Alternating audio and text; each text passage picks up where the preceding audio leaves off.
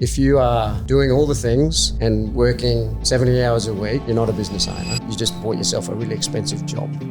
You're stuck, you're burning out, you're overwhelmed, your member number's not moving. We had no structure, not enough support team, and it ended up being me running across the two. I just gave up a job paying squillions, and now I'm doing this, which is great. It makes me happy and I'm enjoying helping people, and that's all good, but this is not paying for itself. We learn more from losing than we do from winning. We can go back to like where we've exponentially grown any of the businesses, and it's not been on the back of a win, it's been on the back of a fucking fat, dirty loss. Do you think our wellness and fitness industry is evolving faster than most owners can really keep up with?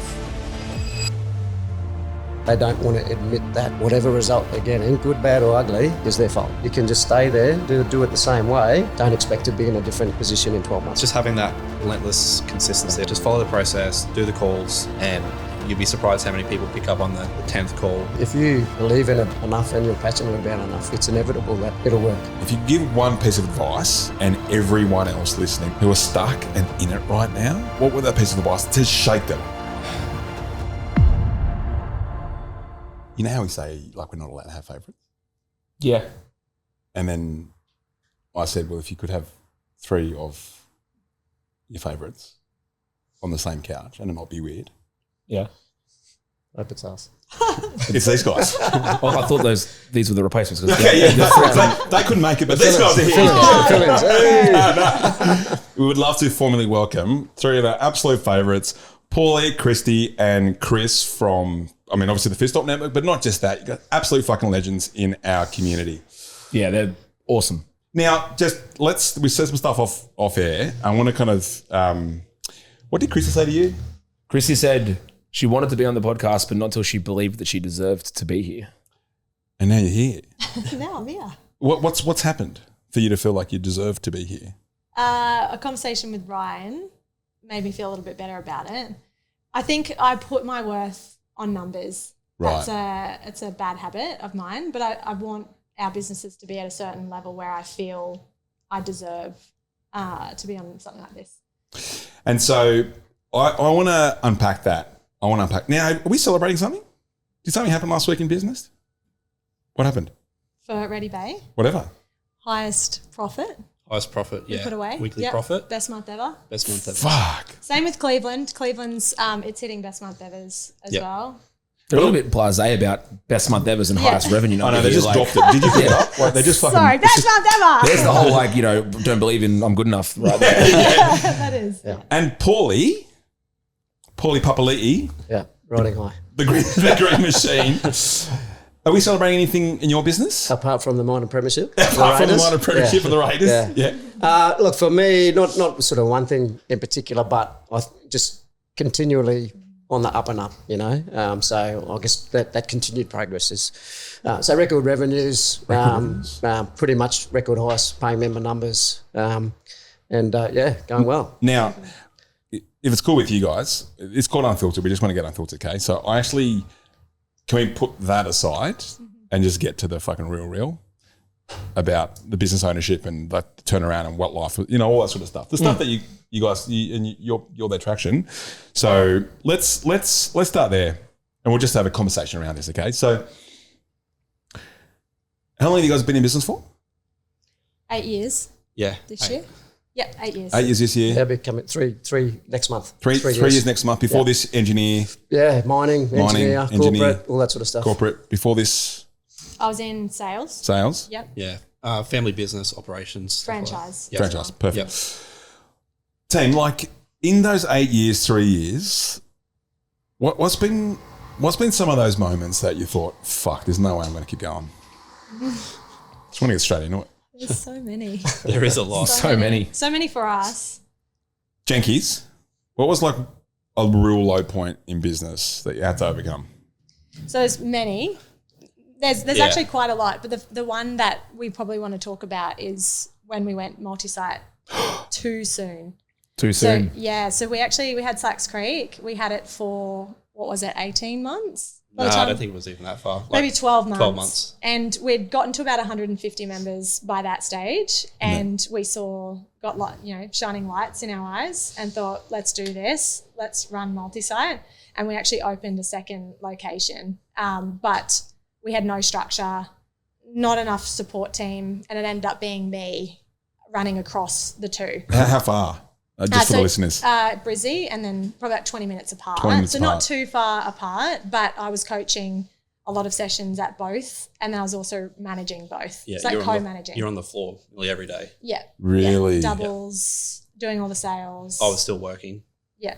Oh, for the fam? Yeah. Yeah, wow. Yeah. Yep. Yeah. That we hit a pretty low point then because we couldn't figure out how to make them work. I would jump into one location and spend more time there, and then the other community would, So we common. miss you, we want you back, like where have you been? And then I'd jump into the other one, and it was just this like massive balance, and I think, I was just working around the clock. yeah, I think we knew quickly that we'd made a pretty big mistake, and we just like, we were lucky enough to get out of the second location like relatively unscathed, and that just sort of like, we just like sucked back in and just put our head down and just like really focused on Slacks again. It's been that was one of our, we lost both managers at the same time out of those two sites as well. and about 50 members at And Slacks. we lost 50 members at Slacks. Which is the original. Which is the original. It happens, how many times? Like, it happens all the time. It's the most common, one of the most common stories we hear. It's that first studio syndrome is what happens when the first one drops. Yeah. You should put together a readiness checklist. Paulie, if you follow Paulie and _ I love Josh Papali'i. How bad did it get? It got pretty bad. We were pretty fortunate, like Chris said, that we were able to sell the location back. So the franchisor took the location back, fortunately for us. It was really early days.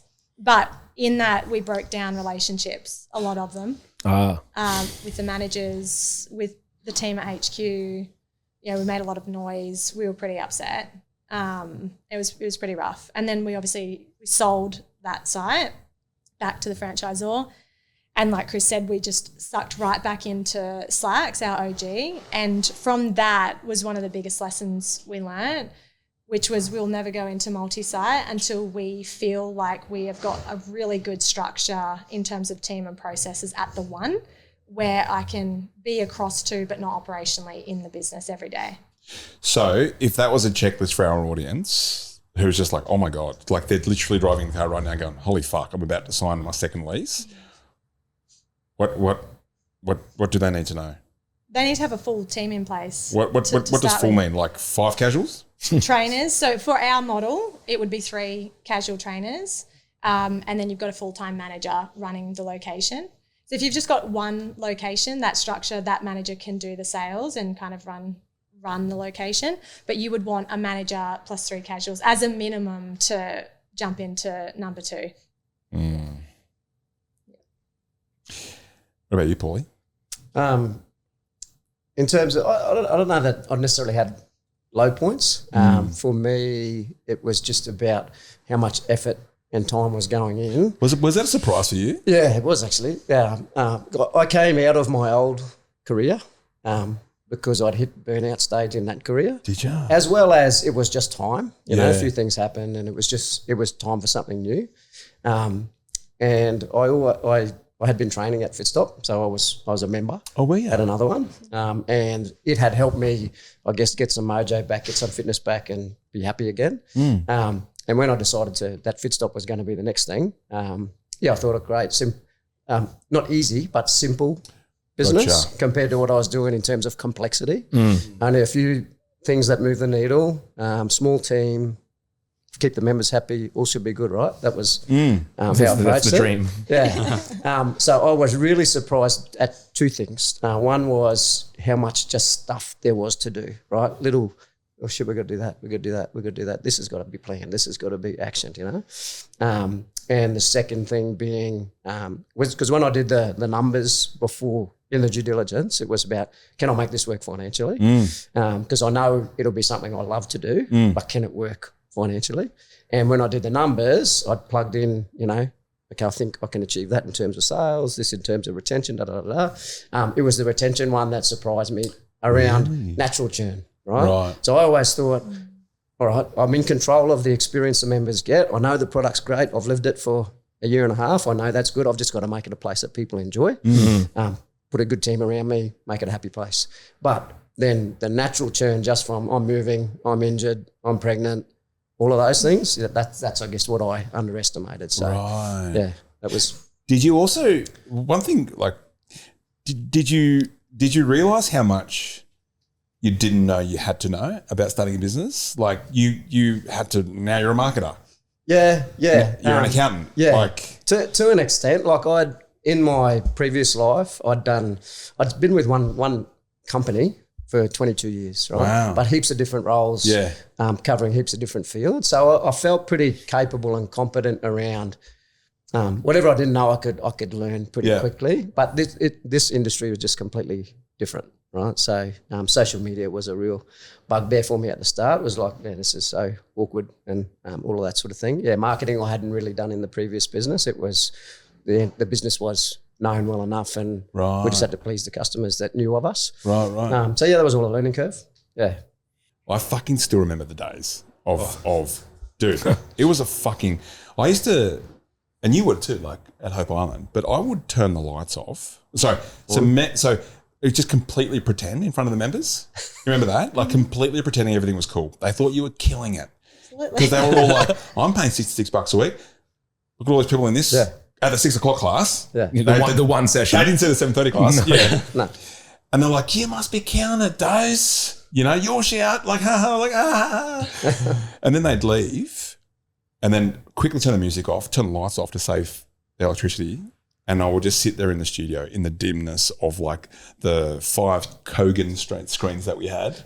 That's all I could afford at the time. Quality. And just sat there and I worked on my laptop until the battery ran dead because I couldn't afford to buy more coffees at the cafe. Like, I just fucking remember, like, I don't know how long that went for. It felt like it went for ages until we figured it out. Do you guys remember those kind of days? Yeah. I think we opened Slacks. I remember sitting out the front the first week after we opened. I think we had like 8 members after open day. Oh, wow. 8. We didn't There pre-sale. was no pre-sales. So it's just like, No, neither did we. Like, build it and they will come. Apparently. And 8 of they them will did. come. They did. All but 8 of them. I just remember sitting out the front of Slacks, ringing people and like thinking like, what have we done? Are you lost? Yeah. Yeah. But we just said- backed ourselves. We did, yeah. I think the first week we didn't even have like a sales CRM. So we were the first franchise build, so number 3, but the first franchisee to build. The other 2 were What do you mean? sold. So the first 2 were sold as established businesses. Oh. Yes, they were already built, they were established. Pete had opened those and sold them to other owners. Yep. And then we were the first to sign a franchise agreement, Open. go through the build and open. We were the test Start dummies. from Yeah, scratch. the test dummies. Like pre-open days, we're on a scissor lift, painting walls ourselves and putting up rigs and things like that. But it was good. But then the first week, I called Pete and I said, okay, because I come from a sales background, car sales. So we had Car sales, really? used Crystal cars. car sales. Did you know that? I did not know that. It's got a Keeps that reason. close to the chest. What Yes. What were you selling? So used cars. Like any of them? Like, So we were a central hub for like the AP Eagers group. So we sat in like a central hub and we booked the appointments for people, for the sales guys. What's harder, selling used cars or selling your membership over the phone? I would say selling cars is harder. Good, Yeah. good. Gym memberships are pretty easy. That's good to sell. hear. Yeah. Remember that, everyone. Yeah, even though I failed. just explain to everyone. He's setting you up here. Explain to everyone what happened yesterday. I wasn't going to say, but you brought it up. Yeah, so got mystery shopped. I was on a call when the double dial. You actually double tapped me. I know. So, which is great. Then I jumped. That's off like my hint, by the way. I said to Chrissy, I'm like, It's a winner. So you it get came mystery through. shops. I jumped on Instagram really quick once I jumped off the call and I saw your story being like, come on. And I was like, oh my, I just got mystery shopped. So I sent you a little text Did ya? back and said, hey. Steve. Yeah, give me a call back. Yeah. I knew it was you from the start. So unfortunately. What I love though is you checked Instagram before calling Yeah. the lead. Like, I'll quickly just see what the Kardashians Listen are not up to to. do. And what happened to your watch or on the call? So I got an abnormal heart rate notification on my watch. It's just started buzzing. So So yeah, it got up to 100 beats a minute sitting in my chair. Do you have that effect on a lot of women? No, not at all, please. Not at all. It's the opposite. It's just because they're running away. But I called it the same session. I called someone down at angry looking motherfucker has a boxing studio. Like I wouldn't want to get in the ring with him, but he's used to knocking people out. And he goes, I am shitting myself more than before a fight. Yeah, yeah. And I was like, please don't fight me. All right, so you remember like trying to call all these people that weren't there and like, where the fuck is everyone? We were creating systems for the brand early days because it was so early. So we created like a lead spreadsheet where we had automations, you know, with Zapiers, and they drop in and we'd manage our leads. And we created like a social media schedule because back then you could post just one static image, you know, once a day. It was a little bit easier then. But yeah, we set little goals, didn't we? Like little milestones along the way to before, you know, how long till we can get a cleaner and like it was 100 members. How long until what? Till we got a cleaner. Wow. So I would clean. But you had a wage. You had we had almost replaced your salary by that stage. Yeah. Which is good. Close to it. Yeah. And that was within the first. I think it was within the first 6 months that we'd like really like knuckled down and. It's so. I feel like people don't. You know, it's easy to look at the highlight reels. Like I feel like that's all people. That's all. Yeah, 100%. That's all you see, but that's also all that gets put out there, right? Like, so that's right. What are they to know? And whilst I think it's important, like we do that every Tuesday, right? At the wins, we think that's important because it builds the contagion of success, right? And so, and you speak to hundreds of people, and what happens is, you know, the fact that you guys are winning, like you actually, before you even realize it, inspire other people who you'll probably never meet. Yeah. But your story, this story will inspire them to go like one more day and just to make that one more phone call. And so that does create a contagion of success. You can't be what you can't see. But we're also really big on talking about the shit. Because I feel like it's real. Yeah, because it's real. Yeah. Right? It's called Unfiltered because fuck me, dude. We really, whenever we have a shit month or we lose, the thing that we talk about the most as the culture is to remember that we learn more from losing than we do from winning. And it's so true. We can go back to like where we've exponentially grown any of the businesses, and it's not been on the back of a win. It's been on the back of a fucking fat, dirty loss. I'd probably like attest to that, like, more than anything. Like some of our biggest like ups have been off the back of some of our biggest lows. So Really? Yeah. Like what?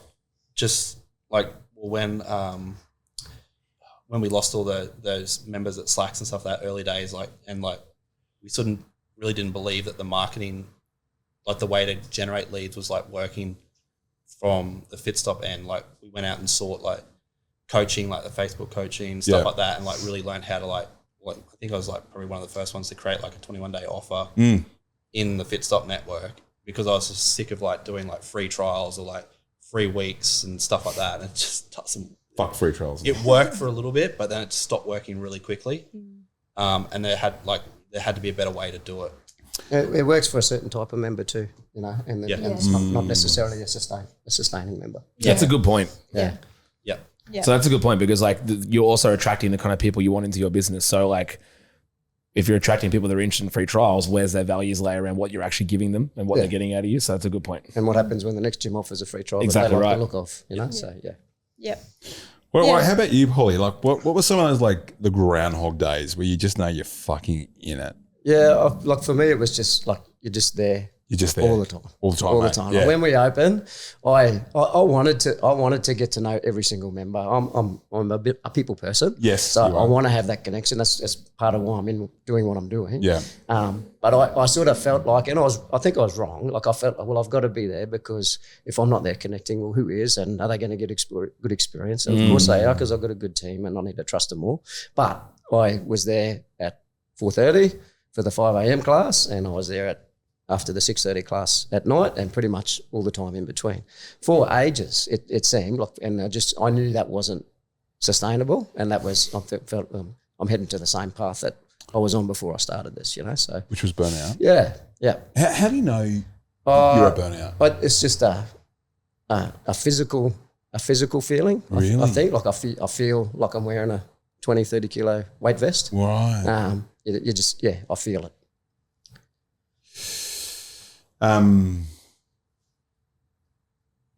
Do you guys remember what the turning point was?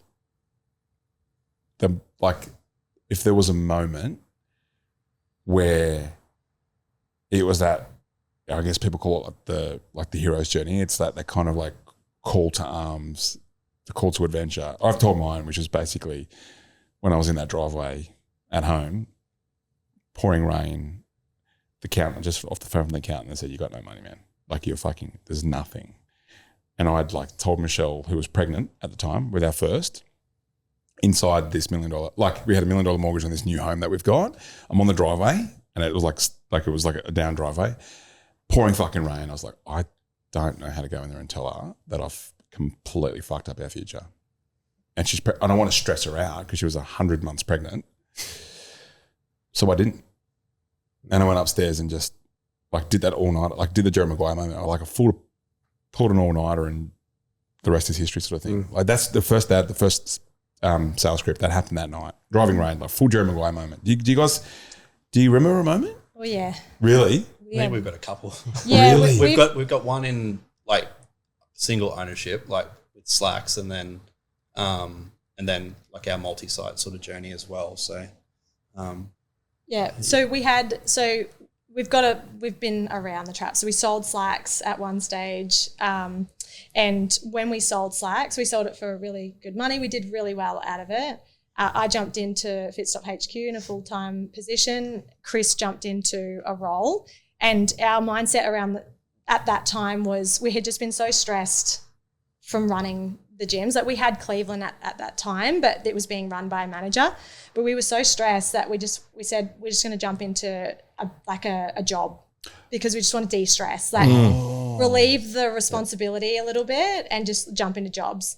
So we ended up selling Slacks. We had Cleveland. When I started at HQ, we bought Redland Bay. So we had these two locations, other business owners in with us, and they were going okay for a little while. But then they started going backwards. And Cleveland's always been a 200 plus gym. And we bought Redland Bay pretty stable. And I think it was last year, June. Yeah. Last year we were both working. Ready Bay had gotten to a point where it was teetering under 100 members. Under 100. And Cleveland was sitting at 160.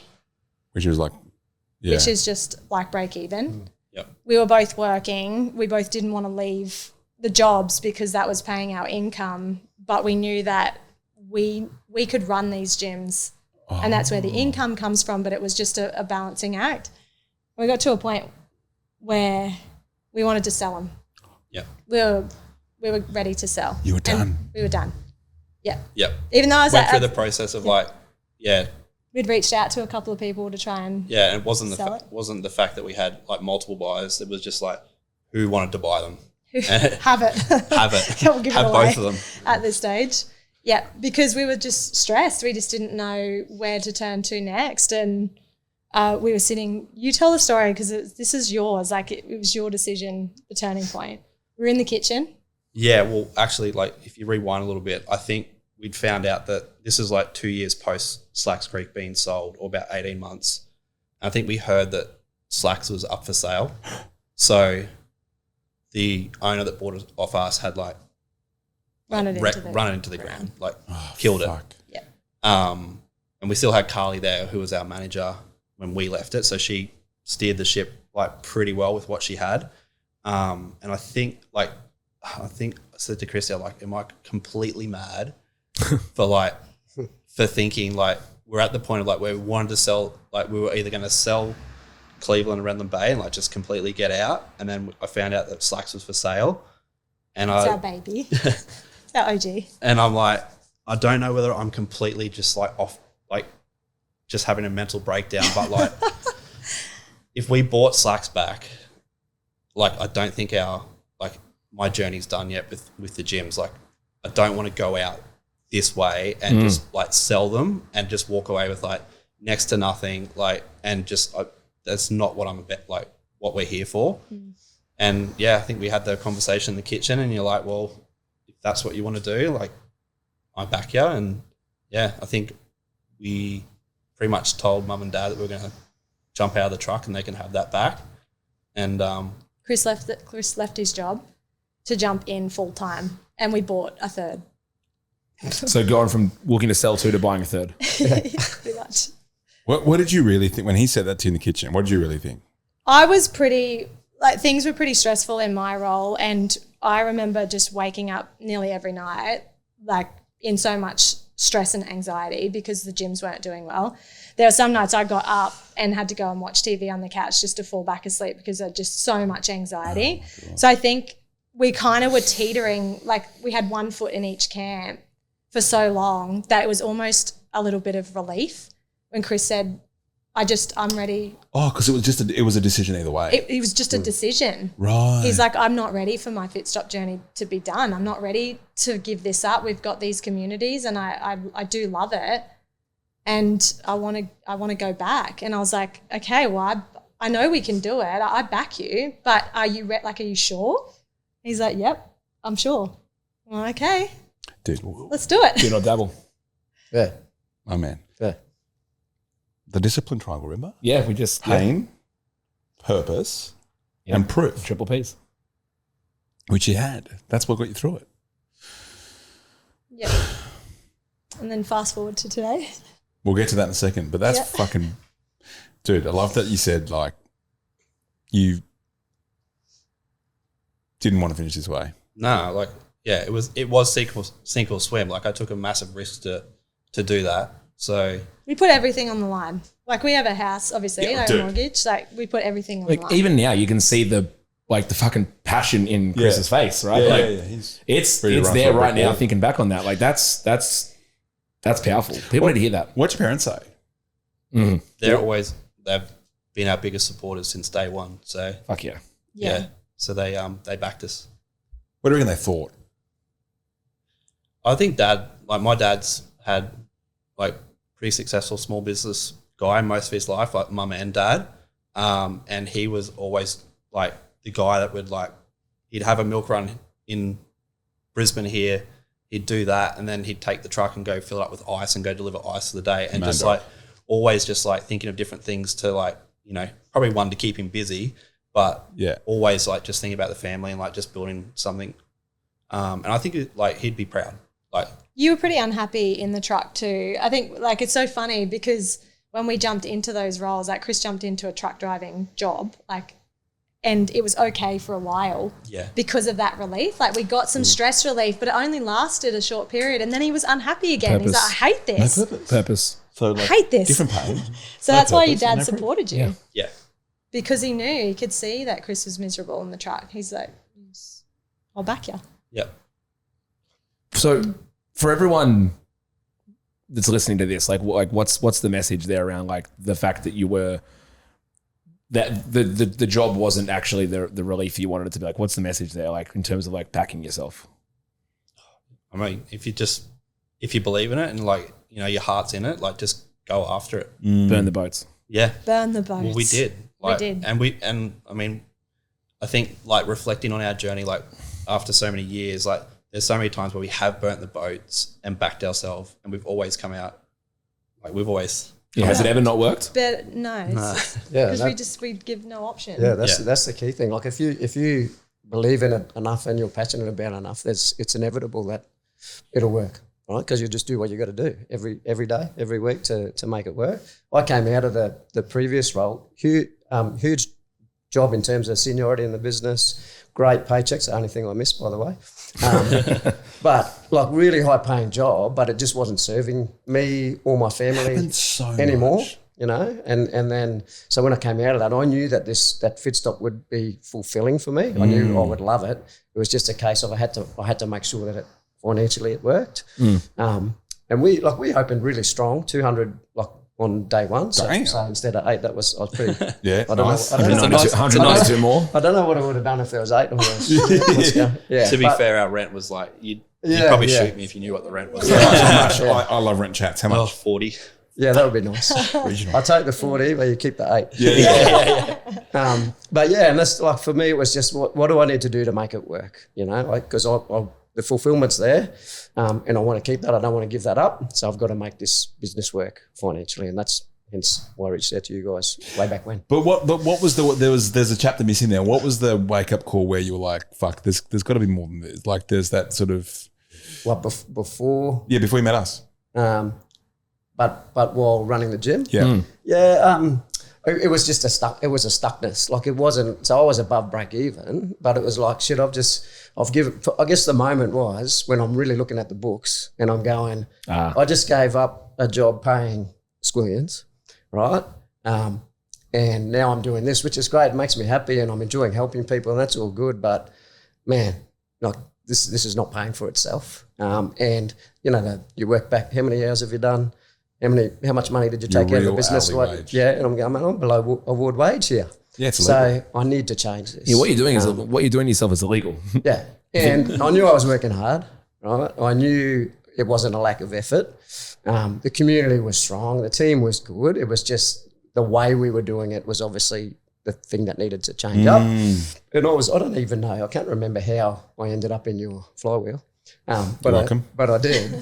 And honestly, it wasn't any of the social media. It was the emails that kept speaking to me. And I'll delete 20 emails from some agency or whatever every week.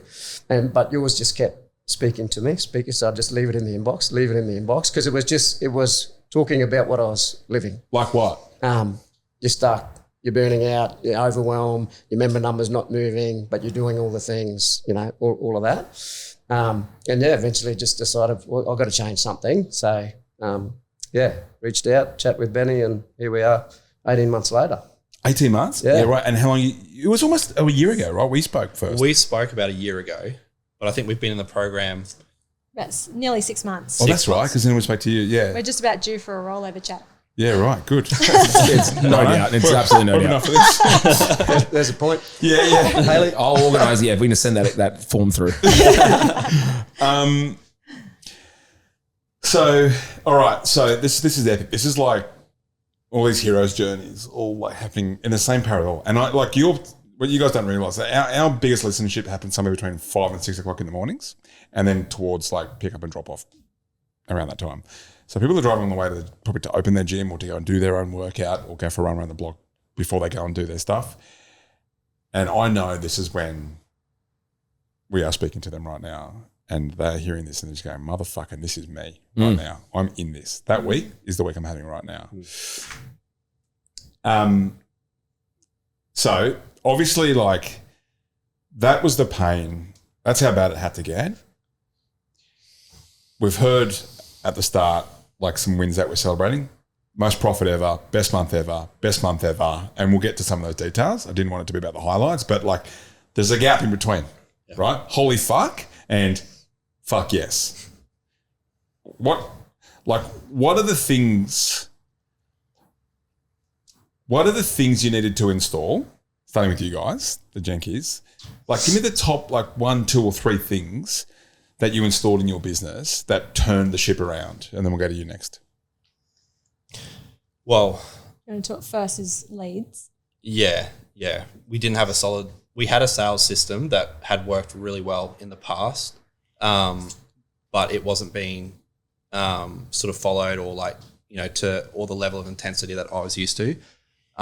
So when I came back in and took on that full time, it was like we've just got to go. Like we've got to get leads through the door. We've got to get members. We need net member movements, like you know, like month on month. If we're gonna make a decent change, because we're sort of like right in that season of like, it was like June, July. We had like X amount of time to like, you know, through that growth period to like really punch it, and like we just like well, for me more so, like I just like knuckled down. It's just like leads, sales, and just install, like I just focus on that with the team, let them deliver the product like how they do, like they do it really well. Installed a really good process in the gym to sign up members, and that's what like got us from like that desperation phase of like, you know, lowest member numbers and stuff like that, like back up to like, you know, profitable for Cleveland.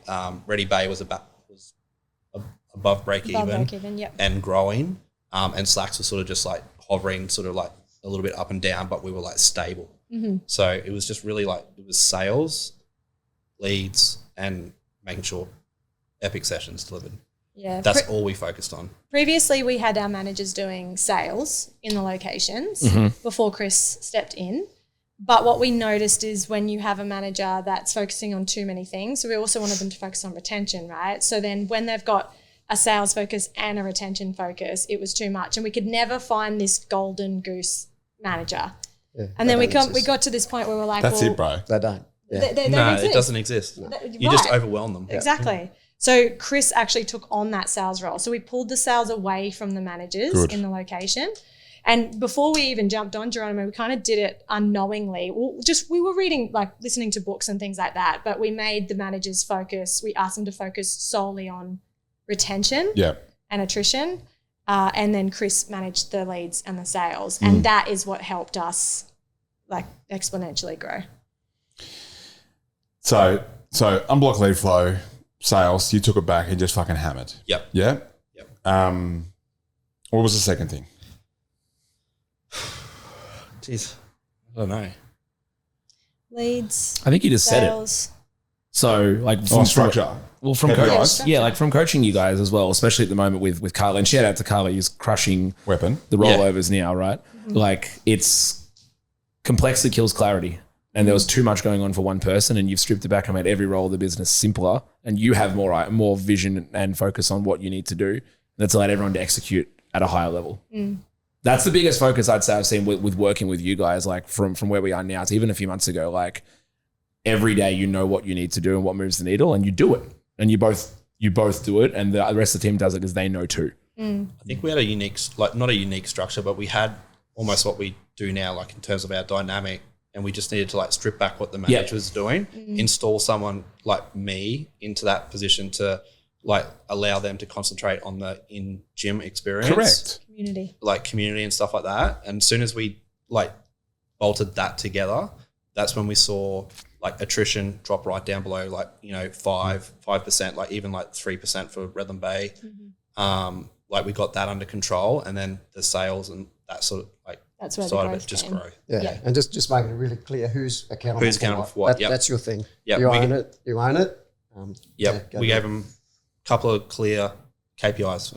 It was attrition rate, and it was like, member events and, in-club conversions and stuff like that. Mm-hmm. So Is that for the managers? That's for the managers. Yeah. Yeah. So that's a rollover, right? Yep. Yes. Yep. And a playbook and how to execute it, right? Yep.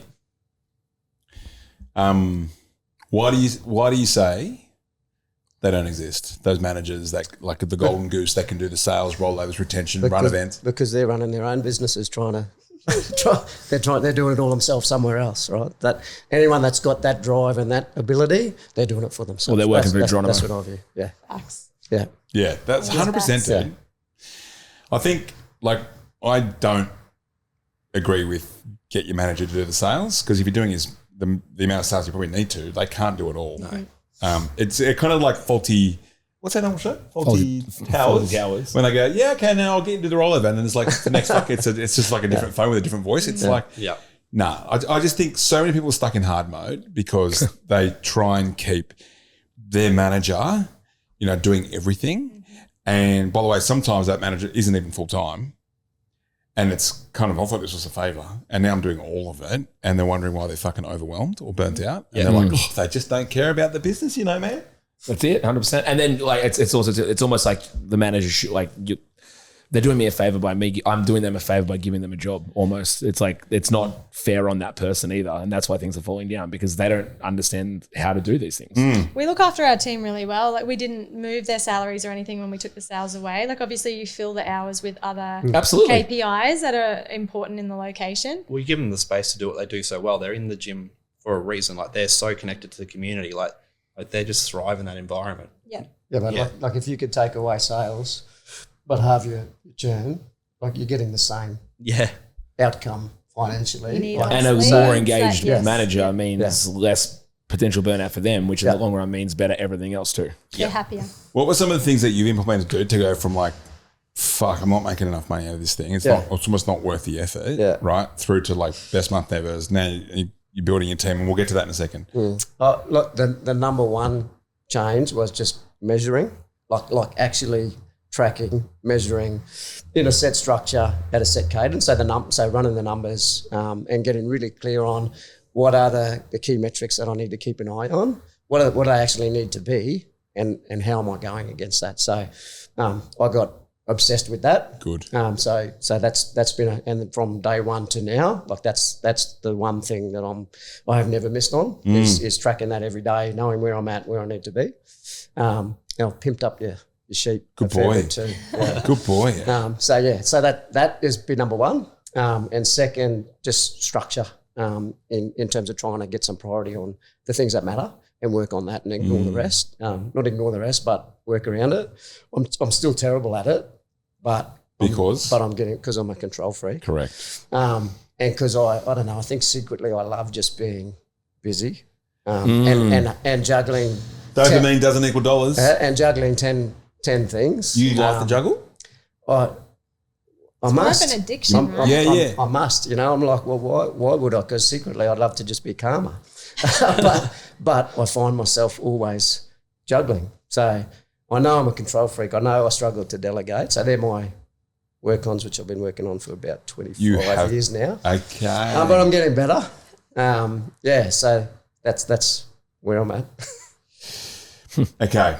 So I'm going to go through some sort of like, let's go through some like copy and paste sort of tactics or takeaways for the listener. Okay.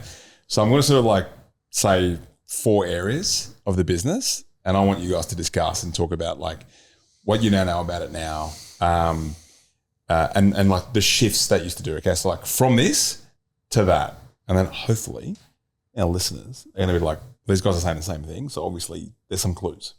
Money. You know what? Money makers and note takers. So the listeners better have their pens out. Oh, I like that. All right. So the first thing is lead gen and content. So I know we can always get better, but what if you realise now it's like from this to that? Can I go first? Please. Before you even get to content, well, how many leads do I need? What's the number that I'm looking for? Right, instead of just, well, it'd be nice if we get, I don't know, 6 leads this like week. more leads. Yeah, so it's a case of reverse engineering that and say, well, do you want to grow? Cool. What's your churn? Because that's the first thing. You got to cover your churn. All right. What's your conversion percentage? All right, and then work back to the leads. That's okay. Good. I know I need, for my goals, 14, 15 leads a week. Spot on. If I'm getting that, I'm a good chance of winning. Wow. Yeah. And before I was tracking that, it was just whatever leads came in. Really? Yeah. And it wasn't like, well, that was a good week. Well, was it? I don't know. Yeah. So I wasn't measuring. So know your numbers, know what your target is, and then build your plan. Fuck, that's hot. Said like a true engineer as well. Yeah. Use a spreadsheet. Yeah, love the spreadsheet. What about you guys? The from to. From leads to content? No, like in the world of lead gen and content as a part of your business, like the stuff that you used to do that you don't do anymore, and instead now you're working on this and it gets better results. Like what's helped you? I mean, content wise, like I think if we look back at what we did, it was like a lot of like templated stuff or HQ templates. Notice boards like around, public holidays. Oh God, can you stop? That's a content ick, isn't it? Yeah, it's an ick. It's an ick. Yeah. We know that now. No one cares about your public holiday open noms. Yeah, or your timetable. Well, I think too, like, so way back in the day, we used to do funny, like lots of entertainment, like humorous reels and things like that. So when we took Slacks back over, that was kind of like Carly had still been running with that. And we knew that had to change. Like there's got to be some education there. There's got to be like avatar, knowing your avatar. Like that's one thing that has literally changed the game for Slacks, even just in the last 4 weeks, is we are super clear on who we're targeting, and all the content is built around her and her pain points and what she might be thinking, things to attract her. And it's funny because now we're running meta ads that are linked in with the content, but when we're not getting leads that come through meta, but we're still getting them come through, and on the phone they've looked You've been chasing me. I've seen the ads. So they've seen the ads, but they've not clicked on the ad, but then they've gone to our Instagram, they've binged, and here we are. It's good it's because the flywheel. no, exactly. Work here is done, my friend. No one really cares where the lead comes from as long as it comes in, right? Yeah. Well, it's actually like that has been the unlock, and we've actually seen it because Christy and Carly have been working so heavily on the content side of things, and it's not like the ad content is the same as the organic content. So like it's just like it's crazy just to see like that effect and like, you know, that pickup and the leads come through and like the conversations that the girls are having. Like it's, and it's the type amazing. of leads, the quality of the leads Correct. improves. Yeah. Yep. Yep. Yeah. all the- Yep. Is that a lead? You can Could totally be. take that. No. That's my daughter. She'll be okay. I hope so. But if she was buying If a she double membership, taps it, you can totally get Yeah. that. I better check her. Yeah. Hello. Are you all good? I love that. Huh? No. He's on a Just podcast. doing No, a podcast I don't right know now. where your white netball shoes are. I'm on a podcast right now. Can we leave this in? Brad's famous. We're Brad's going famous. live. Shout out to Jess, everyone. Say, Jess. Bye. Bye. Jess now also trains with Paulie. And I was on. I saw that. I was on So Do Not cute. Disturb, so she's double tapped me. Good Well girl. done. Good girl. She's Good on you, a Jess. tall girl. You just picked up Give me I the sales. love script. that. I love that. We're all parents. Free here. labour. Okay. Yeah, so you guys have worked a lot because there wasn't, I mean, it felt like it was only 5 minutes ago where things were getting emotional about. You just couldn't fucking crack it, right? No, we couldn't. And I think it was a conversation with Ryan. We had a conversation and it was literally just a bounce, like brain dump, bounce back and forward because I was so frustrated that we just weren't getting any leads. And we were like, the ad copy it was kind of a bit generic, bit wishy-washy. And then Ryan asked me, like, what are the conversations you're having with these leads on, like, what are the regular conversations? And that's where the no donations kind of came in. And then I started to dig a little bit deeper into like all the conversations I'm having with these leads that are coming in, plus obviously our members. And that's how we found the avatar. So yeah, that's where the no donations. From a coaching perspective, Yep. you mentioned me this last night. Yeah, so What was the biggest thing that if you were to like high challenge, high support? So with you guys as well, like, and we had this conversation, like, not getting the basics, right? Like, and not getting lost in like the fact we have multi-sites where like potentially above this, like getting deep and granular, and that's been the big shift. Like, and even going to what you said before, Christy, with like being owned by the numbers and having that as your shift for both of you guys, like getting dirty with that, what you just said, and the specifics and the basics of it, and owning it. It's clearly working. I think we got lost a little bit at the start because we were trying to like paint it across Correct. 3, and we're like, well, we've got the same female avatar at all 3. We're going to go into that one, but then, and we got lost at the start, and we sort of had to like come back and like regroup and like rethink about how we're doing it, and we were able to get really clear on Slacks, like obviously the conversation I had with Ryan. And then a conversation we had with Greg at Redland Bay around who we're trying to talk to because we were still doing the mum avatar at Redland Bay, and we're like, well, there's more dads, like there's more guys, It's so funny. and But the the guys dads the guys bring the girls, so the guys are inquiring, and it's such a family sort of demographic out that way that they just want a community of guys that train by them, and we're like, that's it, like. We had to learn that for Slacks. Right. So then unlock it for the it others. unlocked that conversation because obviously then we were blocked with leads at Redland Bay. And when Chris and Greg had that conversation, we were like, oh my gosh, we've got like 50 guys in there and they've all joined first. And then they've brought their partners. wives. Like, Yeah, why they've are we brought their mates. like why are we advertising to the women? Because So- they're all there and they're all great members and they are kind of an avatar. But they didn't join first. The men did. Yeah. Yeah. So that has unlocked for Redland Bay. Yeah. That's why Redland Bay is, yeah. And a big it's message growing. there is like for all the listeners and stuff and anyone listening is like, 1, don't invent your avatar. And 2, like you've got a gym full of people, go and talk to them first. Look who's around. And I think you guys talked about not just look who's around, but who are the ones that if you just had to write a list of names now All right. of the ones that you love, the ones that are great Control C, members, the Control ones V. that support everyone else, that bring other people to the gym, that build your community and engage in your community. Just write them all down and then find what's common about all of those people, and talk to a few of them. Why are you still here? What do you love? And that's how you get your avatar real quick. Yeah. I've had a little shift with that. I've refreshed my avatar Yeah. in the last month or so because I did that exercise again because we'd run the Busy Mums avatar for quite some time. Ban busy mums. And we have them and I love them, right? But realistically, that's like one time slot, maybe two. Gotcha. Right, and that's I've got all these other time slots with capacity. Who's coming to those? Who are the ones that are filling that now? And I came back to why did I actually start this thing? It was because I was loving it. I was loving Fitstop. I was loving what it did for me and how it changed my life. They're the people that I want to do it for. So that's the guys and girls in their 30s and 40s that used to be active, used to feel great about it. Yeah. Life's now become life and kids and sport and chauffeuring and work and home, and all of a sudden they're 5th, 6th, 7th in the priority list. They're the people I want to encourage to come back and, do something for themselves again because they'll end up feeling happy like me. I love that. Happy like me. There it is. Happy like me. Yeah. But That's a great campaign. It was Absolutely. it was happiness and like the C word. It was and confidence. Oh, No,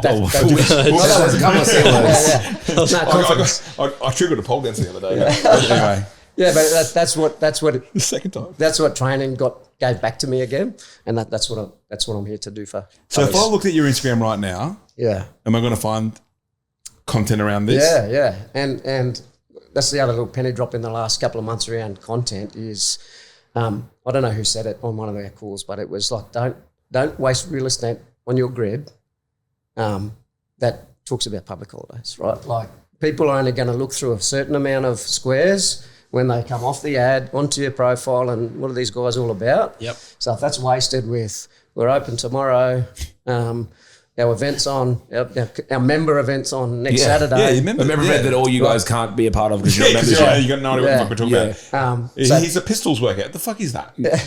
so No one use, cares about you. use that real estate to talk to the people you're trying to reach. Yeah.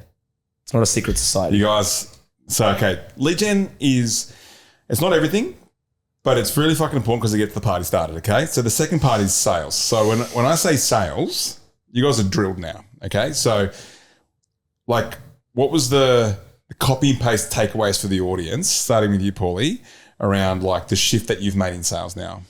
Double tap.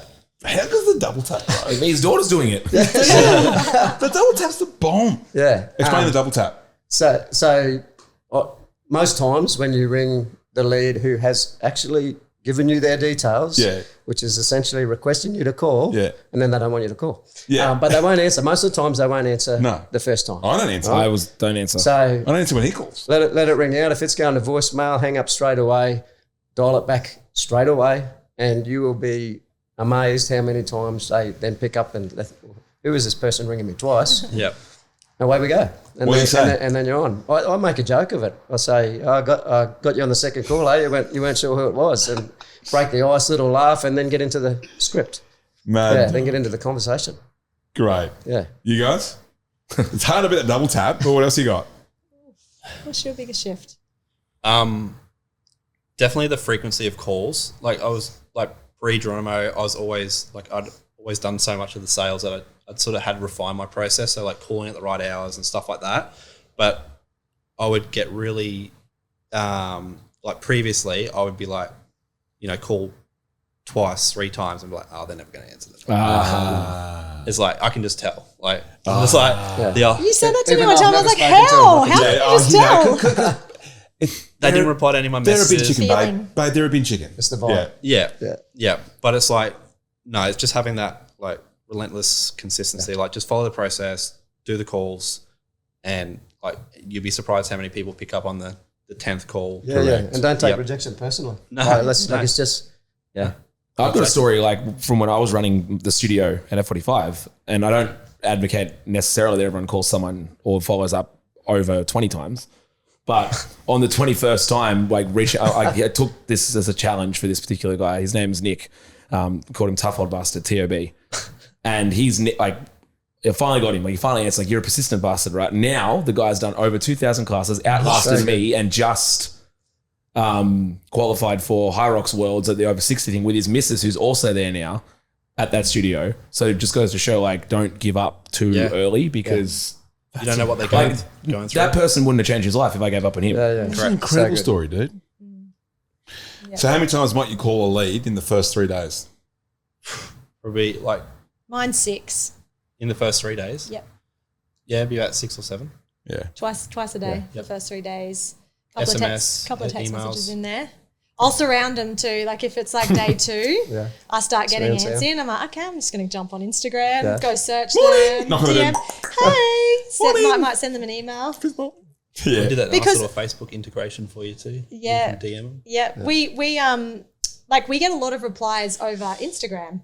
Like if you're trying to call a lead and they're not answering, and you can find them because usually they'll have friends in common with your business Yeah. page. Tell who it is. You send them a DM, and a lot of the times they'll actually reply first in the Instagram because they're just on there more. So And you can see seen, yes, which is a massive part of the sell by chat situation. And it's a different physical mindset, like psychological mindset. If you're on Instagram versus like you might be calling them and you're doing it at the right times, but it's just not their business mode or whatever it may be. But they're swollen on their phone at home and you message them.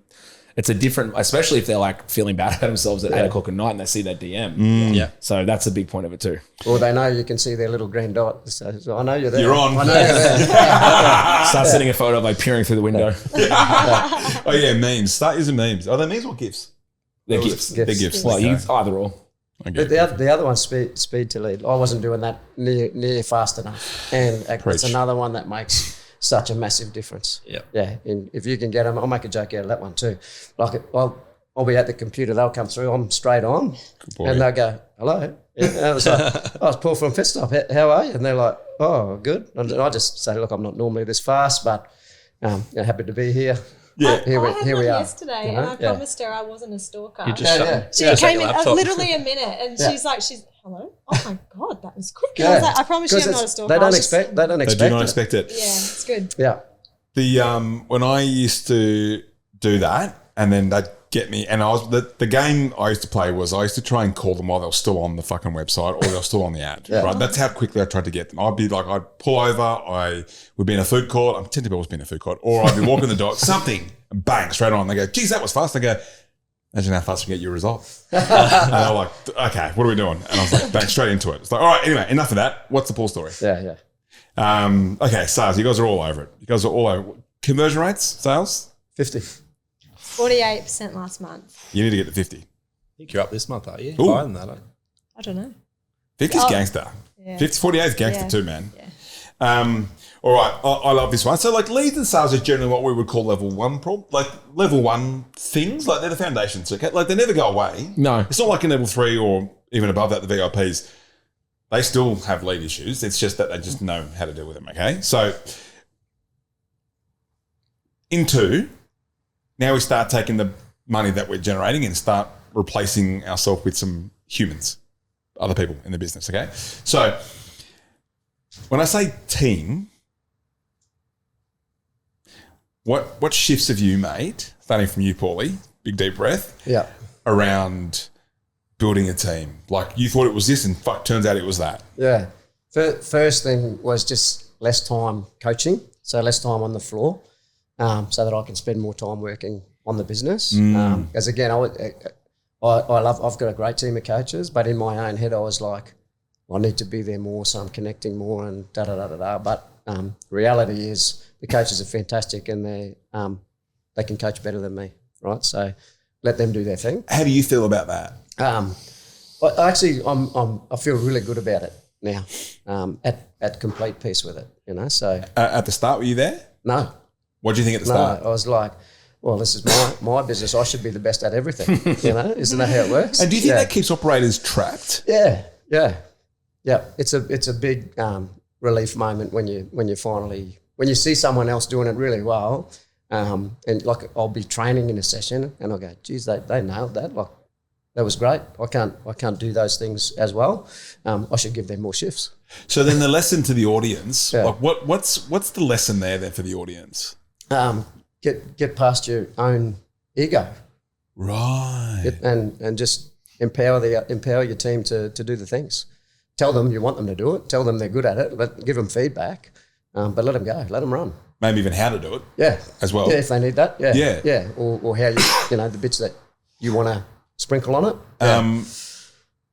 Now, who have you mentioned you had a control issue. Yeah. and you've worked on like how to delegate more. Yeah. Who are some people that you brought into the business like to buy back your time and to get you off? Yeah. We're all gonna. Everyone knows you for this. Yeah. So I had a 12-month hiring process, which was delayed by about 11 months and 2 weeks by me. Very thorough. You said you don't do donations. I gave these guys a donation, but it was my own fault. So we talked about a VA like 12 months ago. Yeah. To unlock more time for me, buy back some more time for me, get some admin off my plate and onto someone else's. And I've done that this year. Shout out to Jason. He's going really well. So that's once I finally bit that bullet, and now we're probably 2 and a bit months in now and with that, and it's going really well. Like there's that period where with everyone, where you know it's probably taking a bit more time because you're training and coaching them, and it's not quite the way you want it. But now there's processes where I'm just going bang. I know Jason's got that. How much time do you reckon how much time has Jason taken off your plate? Not even 90 days in. I'd say like realistically 15 hours a week. Yeah. And what have you replaced that 15 hours with? Deep work. My man. Yeah. I've talked about deep work for a long time, but to be honest, I've dabbled because I've always got the balls in the air.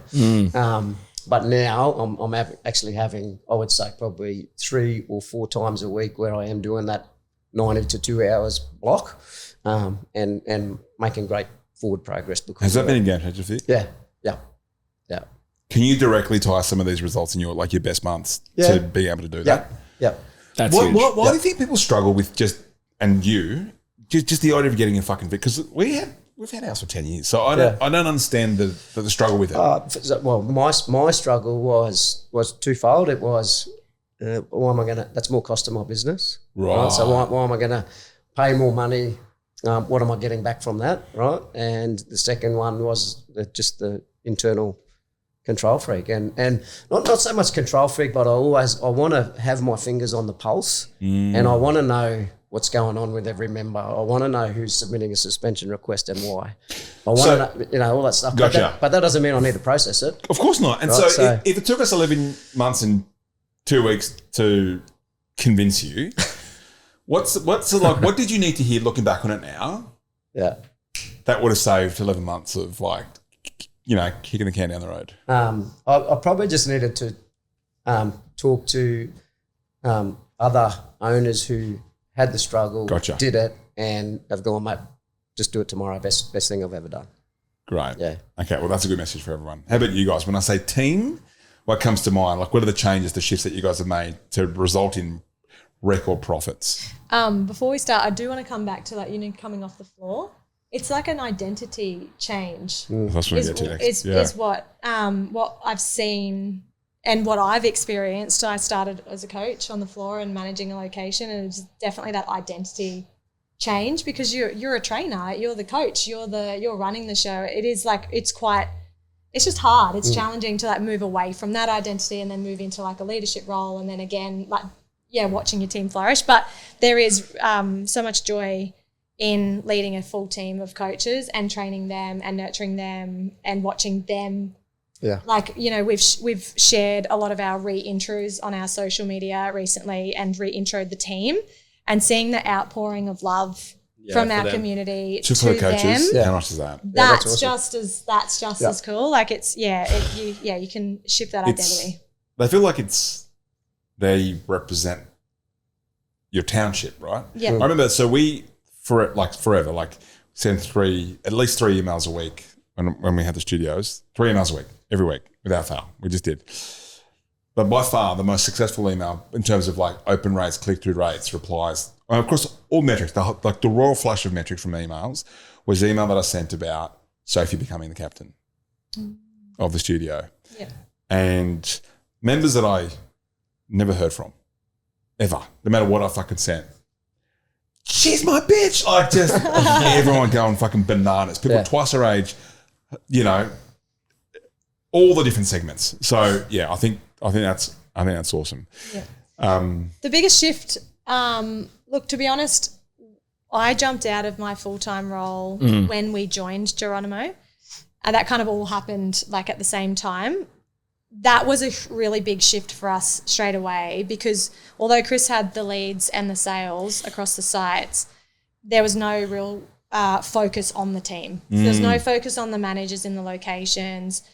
We weren't we knew kind of KPIs and what their focus were, but there's no clarity on that. Yep. And then also the sales engine that we had, the system in our business, it needs to be retrained. Every quarter we should be sitting in front of the team, going through that sales process, making sure that they understand that. So that's really what I came in to do, and that's my role in our group. But we've brought on a content person, so she's contracting at the moment with a plan to move full time. Great. That was our big hire first. Great. We were going to do the sales person first, but content, the leads were our biggest constraint. is our The salesperson constraint. needs to be fed. Yes, and we were worried that we couldn't. Horse before the cart. Yeah, we were worried we couldn't feed a salesperson, so we said we're going to invest in marketing, in a content person to help do the social media across the three. Then when we feel like that's running, we'll put her on full time, and then the next person will be sales. Mad. We've also built that into the forecast as well, so we know our steps that where we do it. Yeah, so we know which paying member number, What's a which forecast? revenue Do you know number. what I mean? Yeah. Yes. Yeah. We can go deeper on that later. Yeah. All right. This last thing I want to kind of ask you guys is so we've gone from pain, playbook, and then we've talked about the pleasure, right? We've talked about the outcome now. We know that you guys are at fucking records right now. When we think about that journey, who did you need to become? What was that leadership level up that you guys have had? And what were some of those things that you take into your vernacular now? It's the stuff you talk about, whether it be standards, the D&D, do not dabble, turning pro. What are some of those things that you find yourselves talking about with your teams and the identity shifts that you guys have had to have?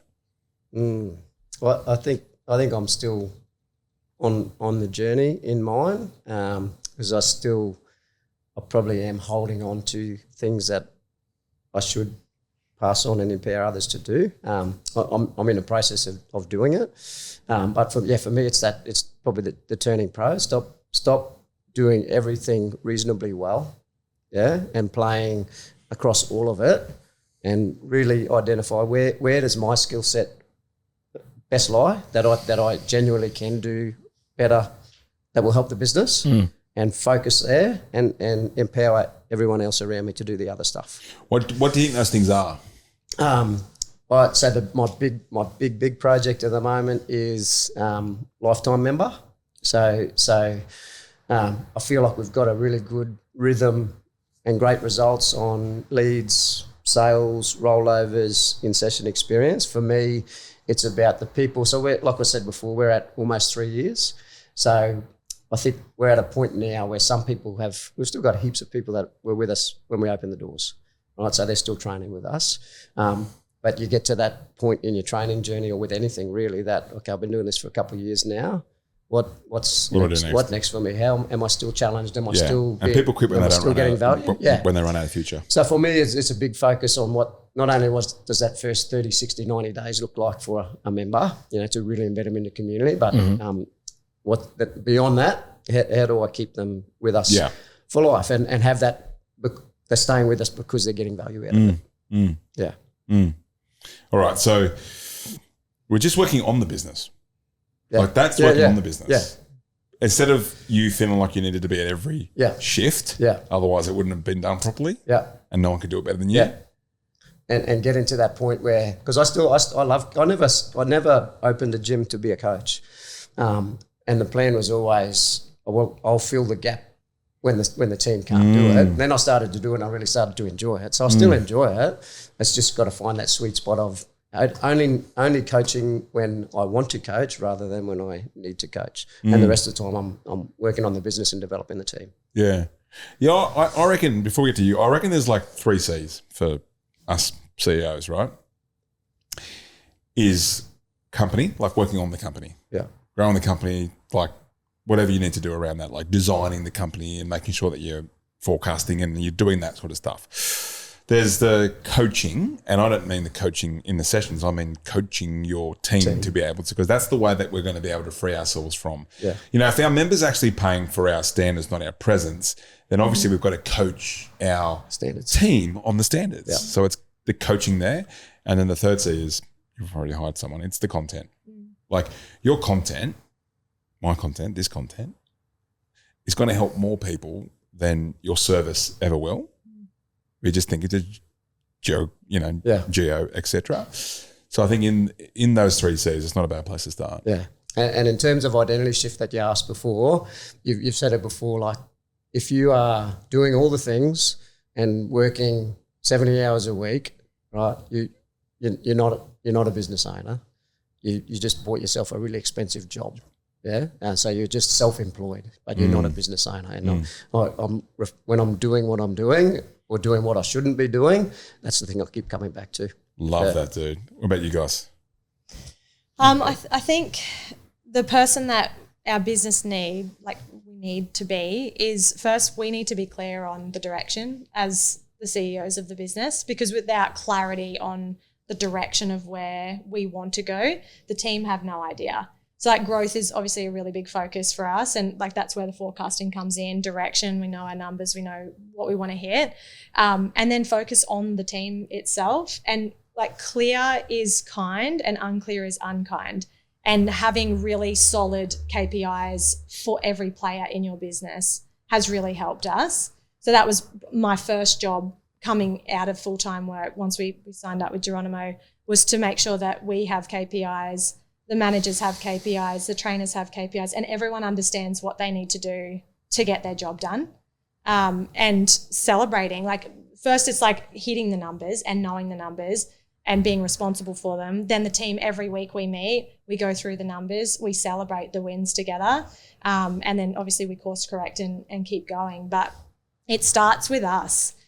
We need to keep growing as leaders. That was the biggest thing. That was one of the biggest reasons we joined Geronimo in the first place, is because we're huge on personal development, and we had gotten to a point where we knew we'd stopped growing. Yeah, we hit the ceiling. Yeah. Wow. Yeah.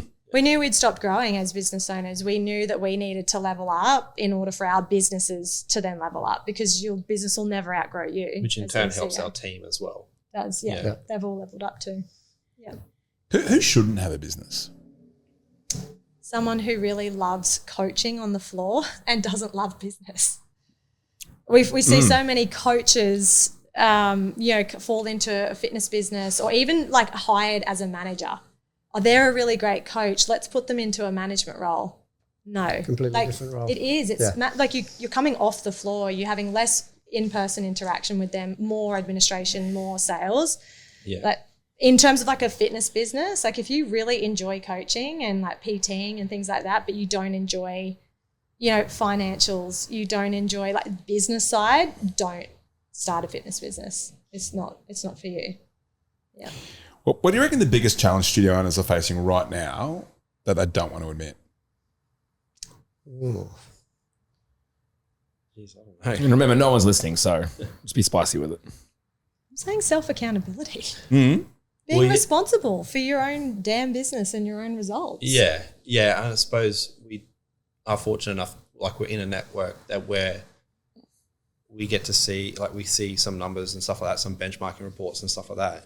And you can really see the ones that really struggle, that they're just. But it's the franchise's fault. Yeah. Or it's like blame. It's someone else's fault. They rely on the systems and, what's HQ doing about, lead generation or marketing and stuff like that, where they haven't really taken the accountability or responsibility as being the owner or the driver of that business, the pilot to You know what that really smells like? Yeah. Some brokey behaviour. A little bit. Yeah, I think that probably, and it doesn't necessarily exist just within the fitness industry, but it's a case of they don't want to admit that whatever result they're getting, good, bad or ugly, is their fault. Mm. It's all from their leadership, what they do, what they don't do. So there's only one place to look. Yeah, and they want to blame an external factor or another person or something else. It's completely disempowering. Yeah. Completely disempowering. Giving the power to something out there, Trump, the tariffs, fucking HQ, is completely disempowering. Yeah. Like the power happens when you fucking realize that actually everything that you guys have said, you've done. Like no one handed this to you. Like you might have said something, I might have said something, but like you guys did it. And that's the empowering. So you built the kind of muscles to be able to have the business. That's the be do have rather than the have do be. Yeah. Do you think our wellness and fitness industry is evolving faster than most owners can really keep up with? Yeah, I think so. From a marketing, digital, like just as one, like obviously you've got AI and all of that in there as well, but marketing, landscape's changing. 12 months ago is totally different to how you market now. Yep. Because it used to just be what? Put a still image up, and get leads. Price point ads, you could just drive a price point ad, no something out of Canva. Yep, no ad copy really, like just buy it and put some budget behind it and you get leads. Yeah. Not anymore. Dude, I remember, people used to, you wouldn't even have to try that hard and people would run through the front door. Oh, we had it, early days at Slack. So there was one, like I still remember the image that we used. It was like one image and it would generate so many leads. For so 21 days, for so long. $49. I think it was. I used the same image month on month. You know who's having this now? And this is a good warning for this market that I'm about to, starts with P. I knew you were going to say. Pilates. Yeah. Pilates right now is fucking hot. Like everyone's doing Pilates. My mum's doing Pilates. Like your neighbour's doing Pilates. Everyone online's doing Pilates. I was doing Pilates on the block. Yeah, exactly. Yeah. When we mystery shopped them yesterday, talk about not even trying. Now, obviously, there are some that are really successful, but I think like the barrier to entry, like because Pilates is so hot right now, and it is definitely on trend. ClassPass, it's the top workout on ClassPass. Like my warning to everyone in the Pilates world is like, there's a car crash about to happen at the end of this road. You can avoid that by actually learning how to run a business right now. Like, don't get caught up in the kind of, you don't have to be good to do well right now in Pilates. But if Pilates is booming so much right now, then why are so many Pilates studios still stuck? I've learned that in my journey. Like, it's just whatever the hot thing is that will last for so long. Like when we opened really, really strong. I didn't have Facebook ads for the first 4 months. I didn't do any Meta ads, and people were just coming in. Leads were just coming in. But then you get to that point where that honeymoon period's over, and you've got to find ways to get them in the door. Yeah, 100%. Why do you think so many owners get stuck wearing all the hats in their business and never move past it, and they get burnt out? I just think they just don't know better. Well, they don't know a better way. Yeah. Yeah. That you need guidance early days to build out a little bit of a plan and set milestones and benchmarks. Like without a plan, you will just end up doing everything because it's easier short term to do everything. So it's quicker. You don't have to train anybody else. It's no cost on the business that you can just get it done. It's in your own head. Yeah. It's in your own head. It's an identity. It's a badge sometimes. Yeah. I'm so busy, I'm doing it, The chief everything officer. Yeah. Not the CEO. Yeah. Until you hit burnout. So that's it, right? Yeah. So Yes. like, what's the cost of staying as that operator with all the hats for too long? Burnout. You fall out of love with What you're doing. you forget Or why you why you started. did it. Purpose. Yeah. You get out of bed in the morning and you're dragging your feet instead of being excited about your business, full of energy. What do you reckon your team saw and felt and thought when you guys were at that point? Well, I'll use Cleveland as an example because Josh is, we had a trainer in there, Josh. He's now managing Cleveland. He's very, very successful. He's been amazing. He's been there since day dot. So he saw us open really strong. We had a manager in the location and she wasn't quite the right fit. Like it wasn't a good fit for her. So that impacted the business in quite a big way, but it did because it impacted the team and she wasn't inspiring the team. Like they felt really demotivated. So when we approached him about stepping up into management, because he actually has management skills. So okay, we could probably nurture Josh. He turned around to us and he said, "Am I jumping on a sinking ship right now?" Oh, That was literally what he said. And I was like, it's our joke to this yeah, day. we joke about it. And I was like, mate, that is the last time we ever think about this place as a sinking ship. We're turning this Titanic around and we're moving. But could you blame him? No. And so I guess that's they the see message. the class numbers just Correct. dropping. Yep. Like, And he's on the front line. That's the message to the operators that are like holding on to everything, wearing all the hats. Is like, if you think Your team don't your notice team it. don't fucking notice it, or your members aren't the noticing it, members notice bro, it. it is so loud. Yeah. Big time. It is so loud.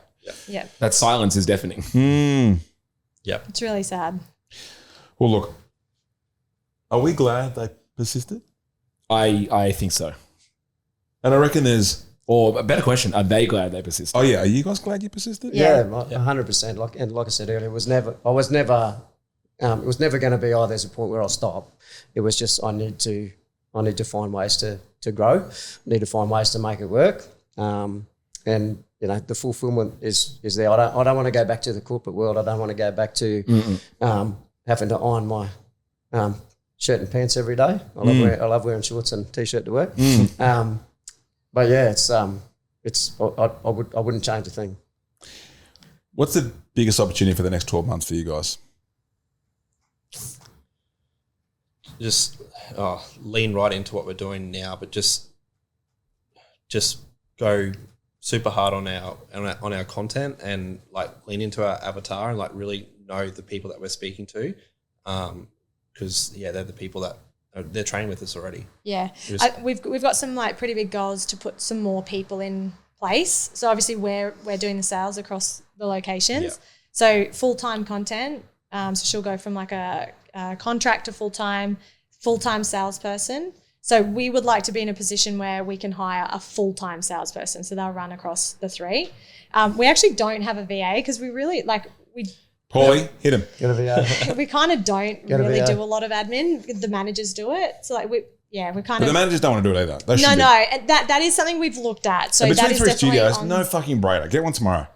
At least do it faster than 11 months and We 2 will, weeks. promise. 11 months and 1 week, maybe. What's Jason doing? Has he got any mates? Yeah. Yeah, I think that's the biggest opportunity is like just adding some more humans to the group. But the beauty of having three is we can do that. Mate, cost efficiency. It's a fucking Yes. no-brainer. Yeah. One salesperson across all three, feed enough meat for that person to just like be able to hammer all day long. That's just going to allow us to like free up our time so we can like just like for More deep content, work. more deep work. Yeah. And enjoy the businesses. Yes. Yeah. It's a whole nother level, man. It is so fucking cool. You don't- Yeah, for me, it's so I'm looking to get sales done full time. So I'm going to get sales off my plate. I've got a love-hate relationship with sales. But yeah, sales by someone else, and I'm then content. As much as I never thought I would be, Right. like content is where I think I can have more impact. And we want to see more of it. Yeah, which drives leads, drives sales, and like I said earlier, that lifetime retention. So adding more value for our longer term members is a really big passion project for me right now. So this morning, before lunch, then I was seeing someone who's a god in the retention world. He keeps his members, and they're higher ticket than a gym member, for 6.9 years. Yeah, wild. And he's giving me all his secrets, like 10 commandments and certain tactics that happen all through the journey. Do you want to know what some of those are? Yeah. Yes. Okay. Not now. Just put the recording on Yeah. mute for a Not- second. maybe we'll do it over steak. Yeah. That's awesome. Okay, so content. So both of you said the same thing, which is what? Building. Building it up, building, leveraging your team, building everything out, not doing it yourself. Yeah. My goal with my location has always been it's a 5-year franchise term with Fitstop, right? So 5-year lease, all that, everything happens at 5 years. So it's always been, I'm running hard at it for that 5 years. And at the end of the 5 years, just to be in a position to make a choice that best suits me and my family in our position and not have to go one way or the other. So it might be, we love it, it's doing well, let's keep going. It might be, it's doing great, what a great time to hand it over to someone else, preferably someone that I'd love to take it over. But just to have the choice. I've got no fixed outcome, but I just want to have the choice. The best businesses to sell are also the best ones to keep. Yeah. Yeah. No, it sounds like for all three of you guys, like it boils down to like freedom. Yeah. So if you could give one, this is the last question, second last question. If you could give one piece of advice, really think about it, to, the Paulie a couple of years ago, the Junkies in those fucking moments, and everyone else listening, there might be one or two people listening who are stuck and in it right now, nothing to do with us, what would you say? Like, what would that piece of advice to shake them? Like, nothing fluffy. Don't blame the external stuff happening around you. Like, it's all on you. Like, it's like you're the one that's going to make the change. So if you want it, just go after it. Always be learning. You've got to be growing and learning and developing as an owner. Your business will just simply not outgrow you. So if you've got a constraint, whether it's leads, find someone, even if it's an audio book or, someone that reach out and get taught how to do it, how to unlock that constraint. If it's sales, unlock that constraint. Like, I'm a big one for development. We've listened to a lot of books that have really paved the way and kind of course corrected us along the way. And it's just always be open to learning, because what you don't know, you don't know. So you've got to learn how to find the things that you don't know, and that's how you keep growing. Just get out of your own way. That's like I was just doing everything myself, not letting anyone help, not asking anyone for help. So just get out of your own way. Talk to people, whether that's your team. So ask your team to do more, or not to do more. Talk to your team about what you're trying to achieve, and ask them, do they want to help, right? And how they can help. And be it coaching, be it mentoring, be it peer-to-peer, but just share what you're going through with someone else. Pick the best bits out of all those conversations and charge on. Because if nothing changes, nothing changes. Right? So if you can just stay there, do it the same way. Don't expect to be in a different position in 12 months' time. It's interesting, isn't it, when you think about, it's just off script now, but when you think about, as a business owner, as a CEO, like if that's the position that we're in, if we were actually hired by someone else, would we still have a job? In those moments, right? And our leadership pod, which comes out, might be next week or the week after, it's a great line that has just hit me. And it's a line from the Melbourne Storm. You got Melbourne Storm. Do you guys know the NRL? Yeah. Ish. Yep. Okay. Ish. Most successful sports team in maybe Australia history. At least in the last 20 years. Anyway, so when you're dealing with a player, or when you're dealing with, in our world, like an employee who you're struggling with, and they're just not performing, you either change the man or change the man. Yeah. And it's just like, hang on, wait, what? Change the man or change the man. I was like, oh my God. And when you think about ourselves as like, if we had a board of directors above us and we were being judged, either we need to change or they're going to change us. And I think sometimes as business owners, and you're a business owner too, like I know the owner of that studio was completely fucking absent. You're not going to say it. I will. We don't answer to anyone. So without a boss, like we don't have a boss to answer to. They answer to us, but we don't have it. And I think sometimes like we need people above us. And I think that's a massive thing for me. Like we've got, a board above us that I answer to and like keep me accountable. Like, I just think you've got to be accountable to someone else as a business owner as well. Even if it's just your coach, right? That's one of the biggest things I get out of the coaching group is someone holding me accountable and say, well, why haven't you done that? I go, good point. Like, do it. Yeah. So you said you're going to do it, now just go and do it. Yeah. Yeah. Because we don't do that to ourselves. Exactly. Yeah. Rano, any final words from you? Capitan? Well, I mean, you guys just said it, right? Like, accountability is the absolute key. So like if that's the thing that's driving you guys forward, making sure that we're doing the same thing within our teams, like keep doing it, because look at the strength you guys have gone to, and don't avoid the boring shit that have got you to where you are now, just because we're over the current hump, because that's a good point. the next dip is potentially around the corner if we do. Well, we love having you part of the Academy. A lot of people look up to you guys. A lot of people cheered when they heard that you got a VA. And, you know, when, Christy, you were vulnerable on that call in front of, you know, hundreds of studio owners, like the chat was fucking going off because they saw themselves in you as well. So absolutely pumped to have you part of our crew, man. And 12 months from now, like everything that you just said, the audience is going to know. We're going to be back here in 12 months' time, and they're going to want to know that you've done all this. Cool? Hell yeah. Sounds good. All right. Love you guys. Rhino, let's get out of here. Bye. Thanks for tuning in to today's episode. If something resonated with you, then do one of two things. Either leave a review or send this episode to a mate who's in the industry who might need to hear this. But if you want more right now, because your head might be spinning and you're like, all right, what the hell do I do right now? Then in the show notes, you'll find a link to where you can book in for a free 15-minute checkup on your studio, where we get to have a look at how you're going right now and where some of the kind of quick win opportunities are to get you moving faster. I can't wait to be back in your ears next week. And if you're listening to this right now, I want you to know that I love you, I appreciate you, I'm grateful for you, and I'm in your corner. You are on the right track and I believe in you. So keep going, and I'll see you next week.